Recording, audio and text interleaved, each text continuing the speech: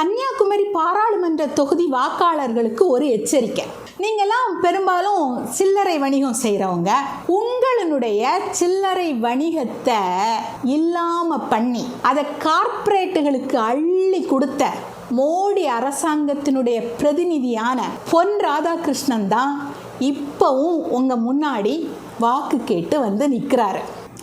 நீங்கள் பண்ணக்கூடிய சில்லறை வியாபாரம், அதாவது உப்பு மிளகுல இருந்து உடுப்பு தங்கம் வரைக்கும் எல்லா சில்லறை வணிகத்தையும் அப்படியே ஆன்லைன் பரிவர்த்தனைக்கு தூக்கி கொடுக்கறதுக்கு பேரு தான் கேஷ்லெஸ் எக்கனாமி.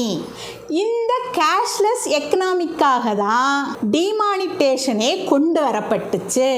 என்னமோ கருப்பு பணத்தை ஒழிக்கிறதுக்காக தான் டிமானிட்டேஷன் வந்தது அப்படின்னு நீங்க நம்புனா உங்க வாழ்க்கையில நீங்களே மண்ணள்ளி போட்டிருக்கீங்க அப்படின்னு அர்த்தம். இன்னைக்கு இந்தியாவில் உங்களை மாதிரி சில்லறை வணிகம் செய்கிறவங்களுடைய தொழில்ல 40% அமேசானுக்கும் ஃப்ளிப்கார்ட்டுக்கும் போயாச்சு.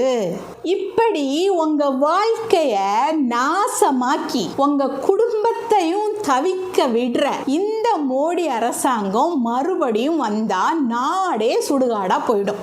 இந்த கேஷ்லெஸ் எக்கனாமி அப்படிங்கிற பணமில்லா பரிவர்த்தனைக்கு பின்னால மோடியோட பண மதிப்பிழப்பு நடவடிக்கை, அப்புறமா இந்தியா இதை செய்தே தீரணும் அப்படின்னு வலியுறுத்துற G20 நாடுகளினுடைய கூட்டமைப்பினுடைய வலியுறுத்தல், வற்புறுத்தல், அப்புறம் இதெல்லாம் எப்படி செய்யணும் அப்படிங்கிற பில் கேட்ஸ், மெலிண்டா கேட்ஸினுடைய வழிகாட்டல், இப்படி சொல்கிறதுக்கு 1000 கதை இருக்குது.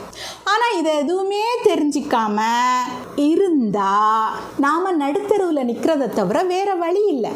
அதனால இதெல்லாம் நல்லா தெரிஞ்சுக்கிட்டு ஓட்டு போடுங்க. அவ்வளோதான் என்னால் சொல்ல முடியும். உங்கள் தலையில் நீங்களே மண்ணள்ளி போட்டுக்காதீங்க. உங்கள் குடும்பத்தையும் உங்களோட சேர்த்தே தெருவில் இழுத்து விட்டுறாதீங்க.